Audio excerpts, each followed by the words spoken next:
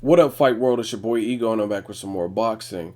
So, word on the street, the rumblings around the campfire are suggesting that Floyd Money Mayweather is behind the scenes, him and his team, Golden Boy Promotions, and they're trying to negotiate his next fight.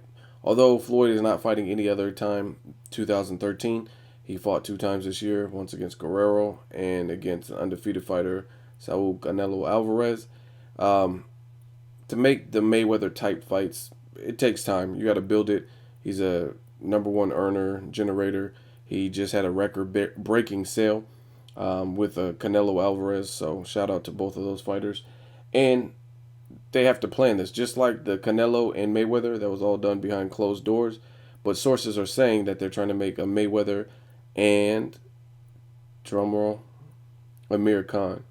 So there were early talks about Danny Garcia.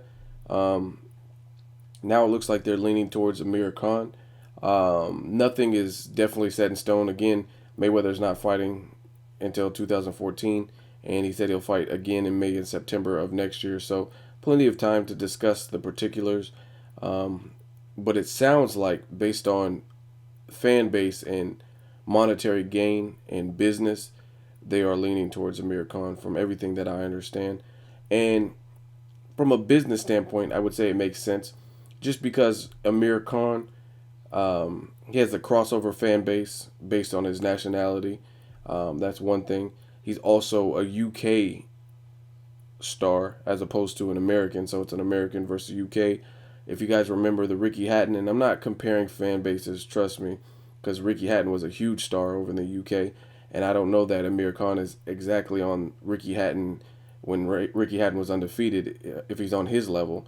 But I mean, you can mention him, probably like Amir Khan and Carl Froch in, I guess, the top spots, at least the top three spots of boxers that are active right now fighting from the UK.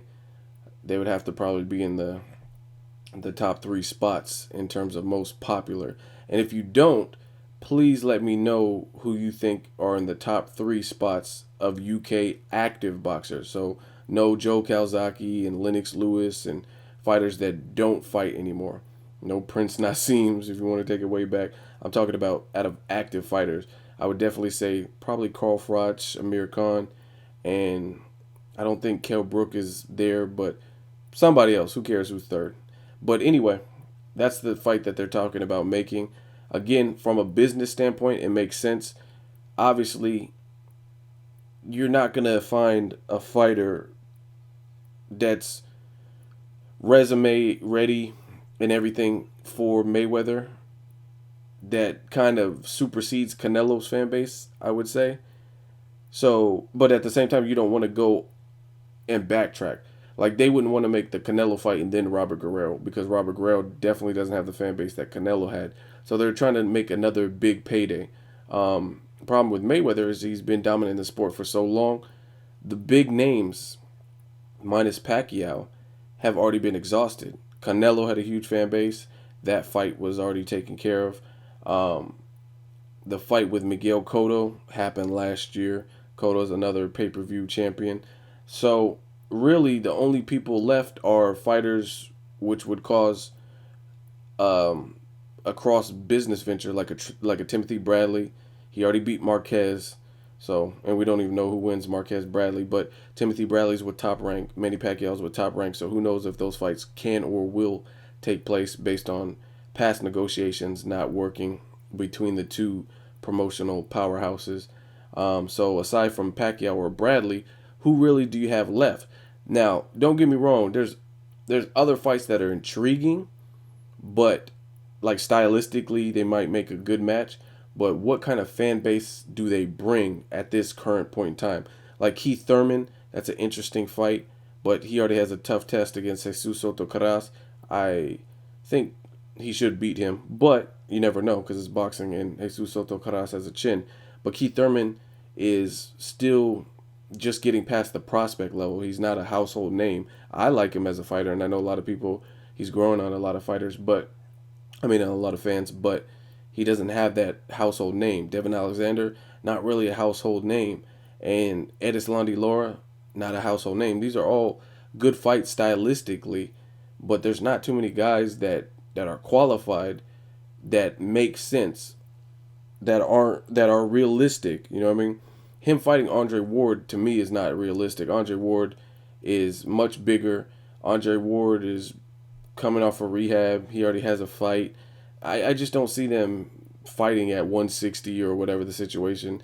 And it's weird. And Andre Ward already apologized for calling out a man 3 divisions lower than him. It just, like I said, it doesn't really make sense based on their stature, their weights. Mayweather could barely even make a catch weight at 152, yet he's going to move up to 160 to fight Andre Ward, who's probably in the number 2 spot.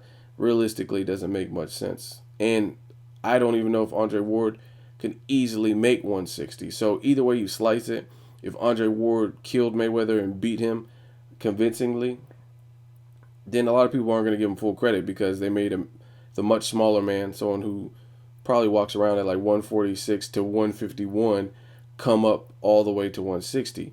Or if Mayweather beat Andre Ward, they'll say Ward was drained and he fought at a weight that he wasn't comfortable with. So either way, I don't see that fight happening. I don't think it's a win-win situation. Plus, Ward, I believe he's with Goose and Tudor Promotions, but I know he's an HBO commentator. Mayweather does his business with Showtime now, so realistically, for so many reasons, I don't see that fight happening and or being realistic. Golovkin, that's obviously a fight that it poses a challenge because Golovkin is a huge puncher, but still, he still doesn't have the fan base either. I did a video a while back, and Gennady Golovkin, why can't I say his name today? Triple G, we'll use that. Triple G. They did an ESPN interview after the Macklin performance, which I thought he looked really good in that fight. He took down probably his biggest name to date in the pros. And they did a survey. Again, I did a video on this, and I posted the actual poll from ESPN. And it says, how many of you guys plan to watch Gennady Golovkin's next fight? And it was something like 13% out of all the people that voted, and it was like a bunch of people that voted. Now, you could say, oh, it was skewed because ESPN doesn't know shit about boxing, but out of 1,000 or 1 million or however many people they surveyed, 13% of them said they would watch Gennady Golovkin's fight. Now, me being a hardcore boxing fan, I'll watch Triple G because he's exciting and he'll probably knock out or hurt most of his opponents. Like, that's how he's been looking. But again, like monetarily, I don't know how much sense that makes fighting a Floyd Mayweather. So they're talking about Amir Khan. I don't think Amir Khan has earned it based on his last couple performances. I think Danny Garcia definitely has earned it more. Danny Garcia cleaned out his division. Now, you can argue Amir Khan was the top dog at 140, but then you had all these newcomers, and he lost to one of them, Lamont Peterson, who Matisse destroyed in 3 rounds. He didn't fight Lucas Matisse, and he got stopped by Danny Garcia when Danny Garcia was the underdog, and he got stopped inside of 4 rounds. So, realistically, Amir Khan wasn't the top dog. To me, he did beat Zab Judah. He looked good in that fight. He looked really sharp. But Danny Garcia beat Amir Khan and Zab Judah and Lucas Matisse. So that trumps whatever Amir Khan did at 140. For whatever reason, Amir Khan and Timothy Bradley didn't happen when Tim Bradley was fighting at 140. Obviously, due to the different promotional companies, he never had to face like a Brandon Rios or Mike Alvarado. So, to me, Danny Garcia is the true 140. He beat Eric Morales twice. He beat Zab Judah. He beat Amir Khan. And he beat, most recently, Lucas Matisse. And neither one of them fought Adrian Broner. So, I think out of the top guys, Danny Garcia has beaten more top 140 like ranked fighters than Amir Khan, and look better doing so. And just recently, Amir Khan hasn't looked impressive. Julio Diaz, he looked like he was in trouble more than once in the fight, got knocked down. He was in front of his hometown crowd. Like, what more do you need other than a chin? What more do you need to be successful? You have your hometown crowd rooting for you. It was your brother's debut performance. Like, it was his first pro debut fight. He won his fight.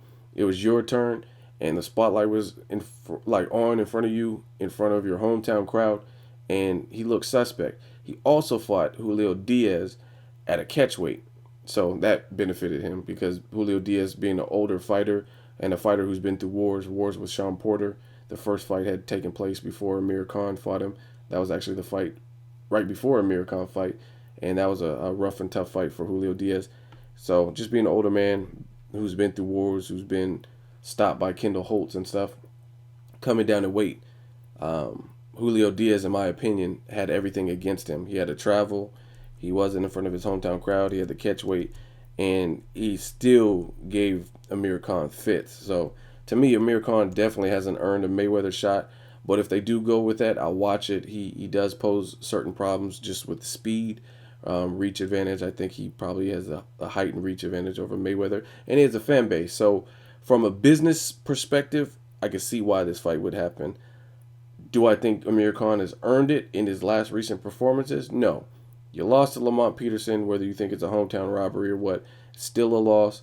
Then you lost to Danny Garcia, an underdog, and you stylistically probably should have beaten him. You had more world championship level experience. You have the speed advantage, and then you got knocked out inside of 4 rounds.